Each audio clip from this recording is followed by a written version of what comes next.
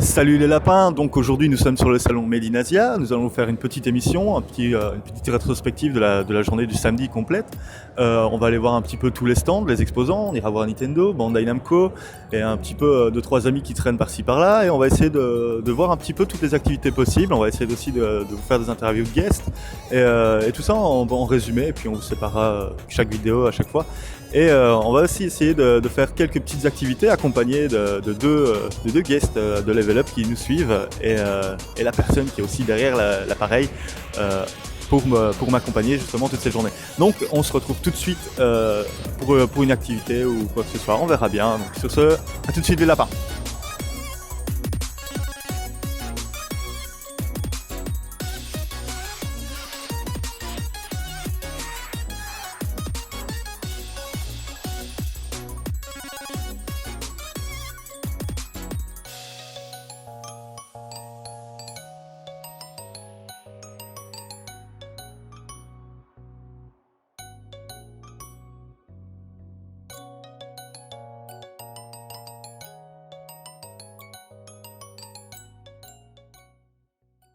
Donc, on a pu mettre la main sur One Piece Burning Blood, qui est donc le prochain jeu de baston signé de Bandai Namco, qui est vraiment dans la veine des Naruto et autres. Vraiment sympathique, surtout qu'on voit qu'ils ont bien suivi tout ce qui est l'aspect comics, etc., avec les transformations, surtout le Gear 4 de Luffy. Et le jeu est très très très nerveux, surtout en deux joueurs, on a pu voir des match-ups se faire très rapidement. Donc, jeu à suivre pour sa sortie en juin prochain.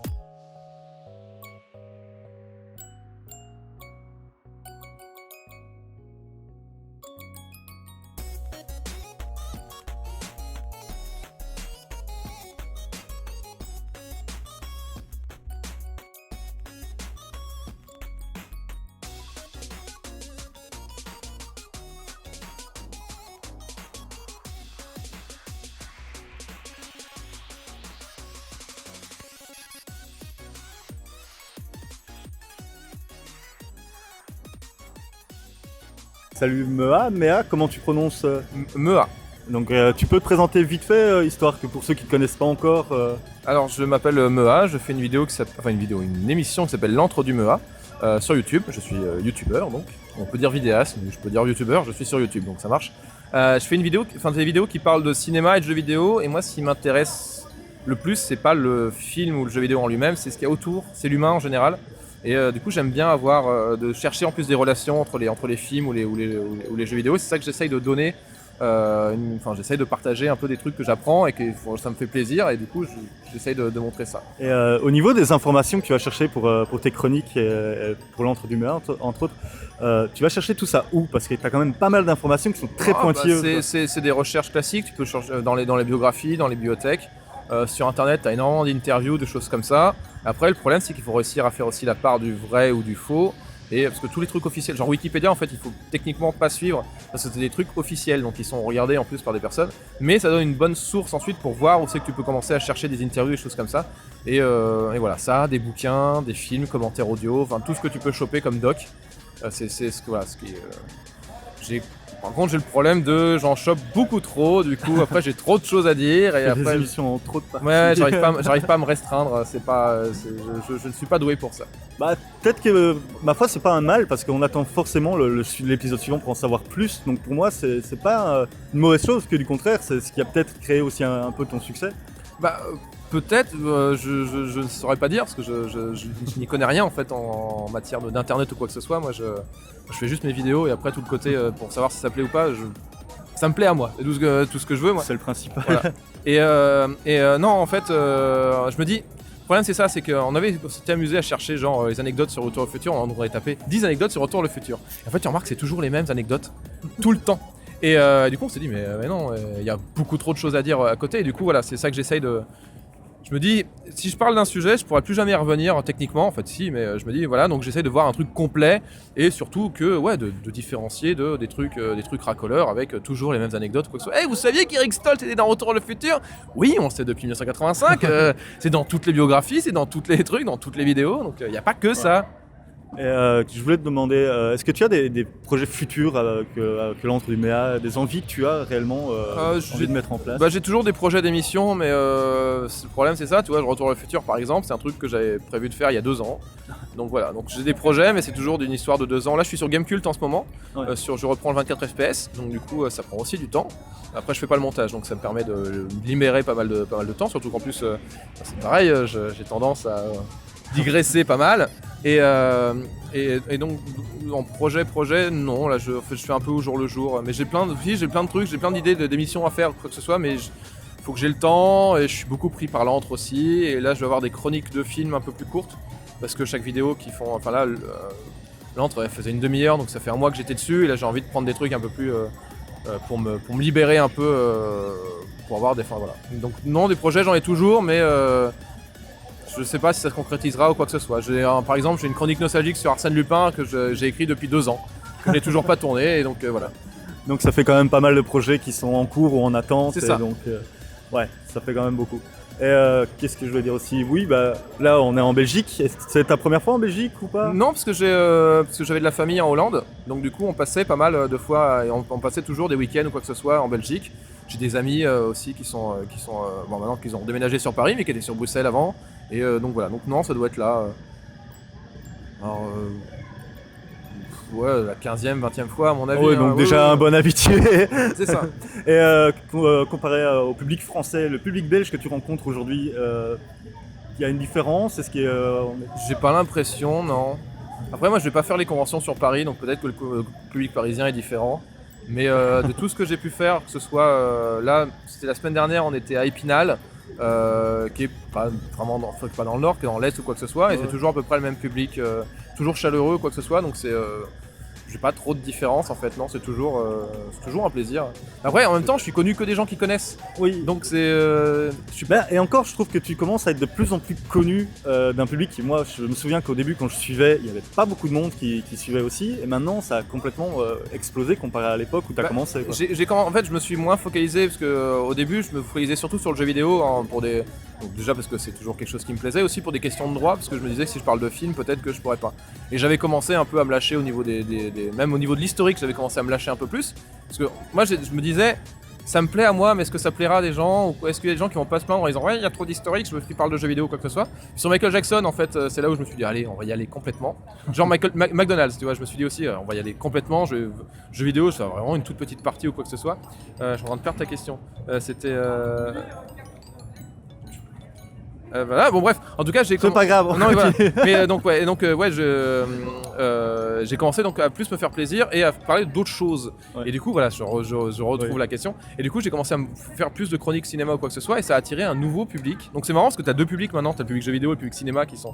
Donc j'arrive à convaincre au moins chacun de regarder les trucs. Et du coup Ça ça. assez bien mélanger les deux, donc ce qui fait que ça plaît autant à un public qu'à un Bah, autre. c'est ça, en fait. Ça change un peu de ce qu'on nous sert sur internet, c'est-à-dire que soit on parle que de cinéma, soit on parle que de jeux vidéo.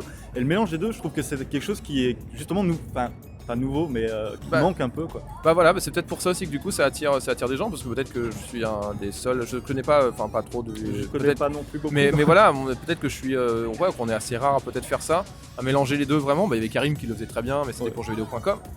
Maintenant il est plus cinéma sur Chroma. Ouais, bah Chroma c'est purement cinéma. Ouais. Après en même temps jeuxvideo.com, s'il arrivait en parlant cinéma, tu vois. Toi Gamecult c'était pareil, on m'a dit en plus il faut mixer jeux vidéo et cinéma, donc c'est un exercice très difficile. C'est pour ça que j'avais galéré sur la dernière, mais ça fait parler plus de jeux à licence, vu que les films ont eu leurs jeux à licence, mais ouais c'est ça. c'est pas forcément des bons jeux. Non, c'est ça, et du coup, ça. Donc j'ai essayé du coup de mixer les deux parce que j'aime bien les deux, et j'aime bien les relations entre les deux, et j'aime beaucoup les jeux à licence en fait, énormément. Même quand tu découvres, tu te poses des questions pourquoi ils ont fait tel ou tel truc, et voilà, donc moi j'aime bien tout ça, et effectivement, du coup, ça a plu à d'autres personnes, que je parle des deux, et c'est très bien. Bah tant mieux, nous ce qu'on pourrait te souhaiter, c'est encore beaucoup de succès, et j'espère que tu arriveras à concrétiser tes projets et que ça plaira au public. Oui. Nous on est impatients de voir tes prochaines vidéos en tout cas. Bah merci, une prochaine fois alors. Mais c'est sympa. Voilà, tu peux couper.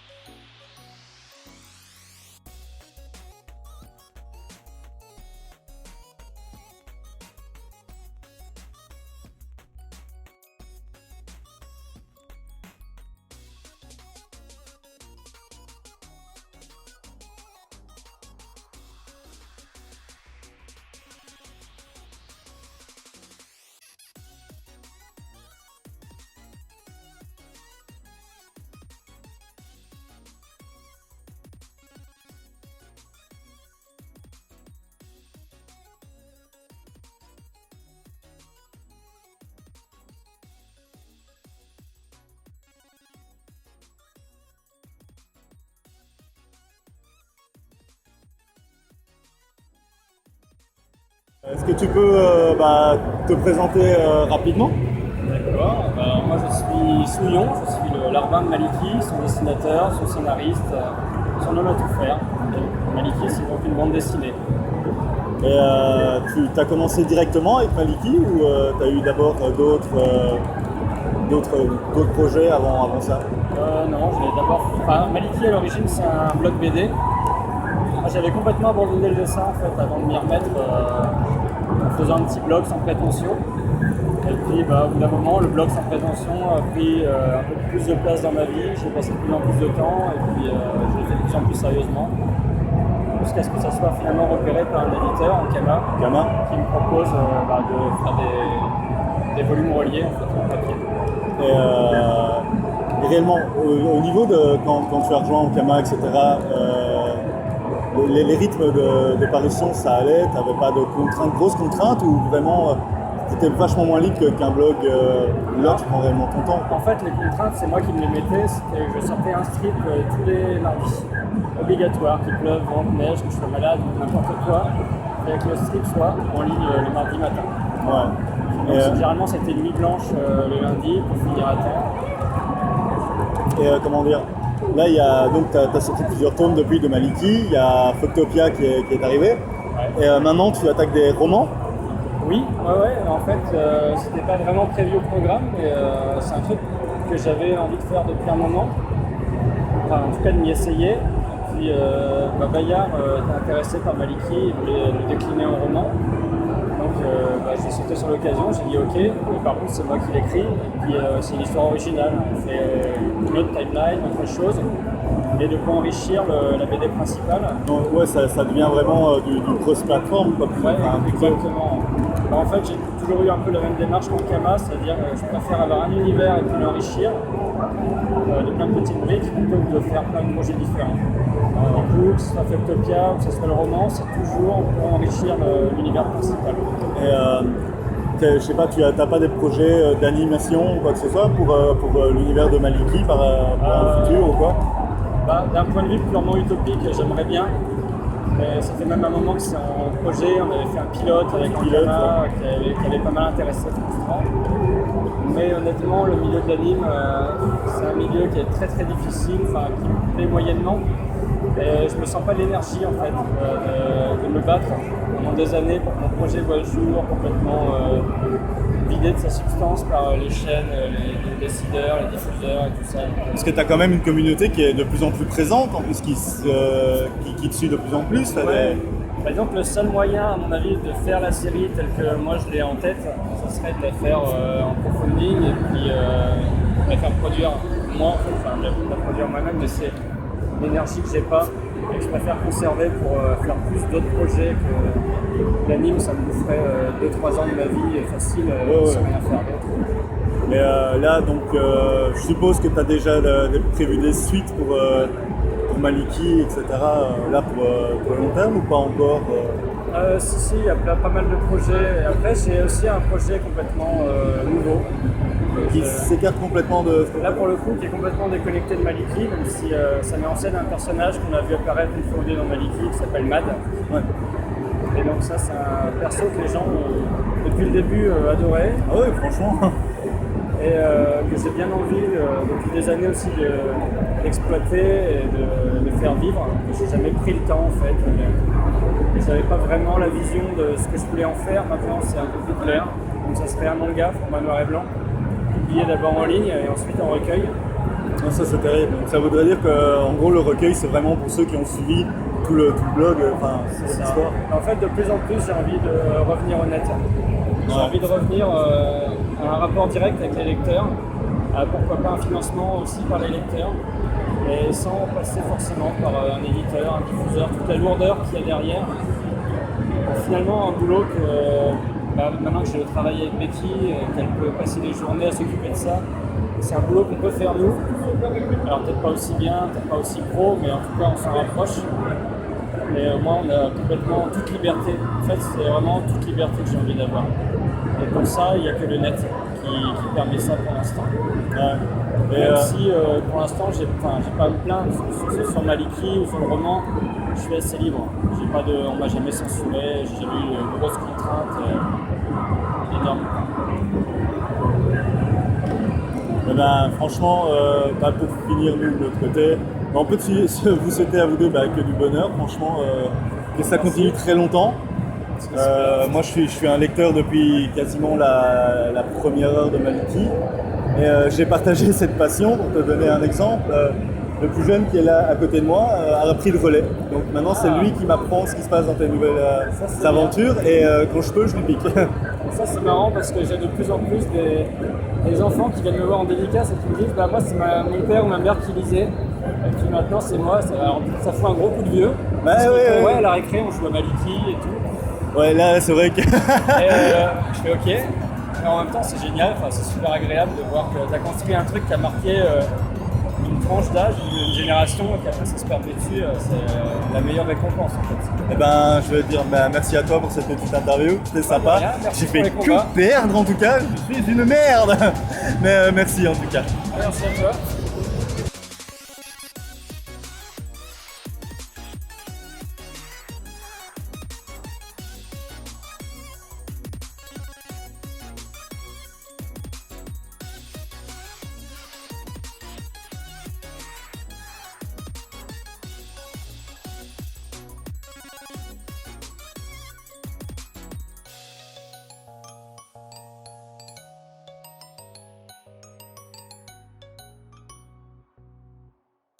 Voilà, on a pu finir notre journée sur le stand de Nintendo et mettre enfin la main sur Pokken. On l'attend depuis très longtemps et on compte vous en proposer pas mal en tournoi.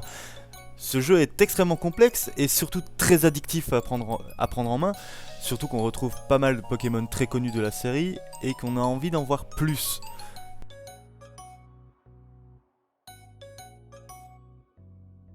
Sur ce, j'espère que cette vidéo vous a plu, n'hésitez pas à liker la page et vous abonner. Sur ce, ciao les lapins!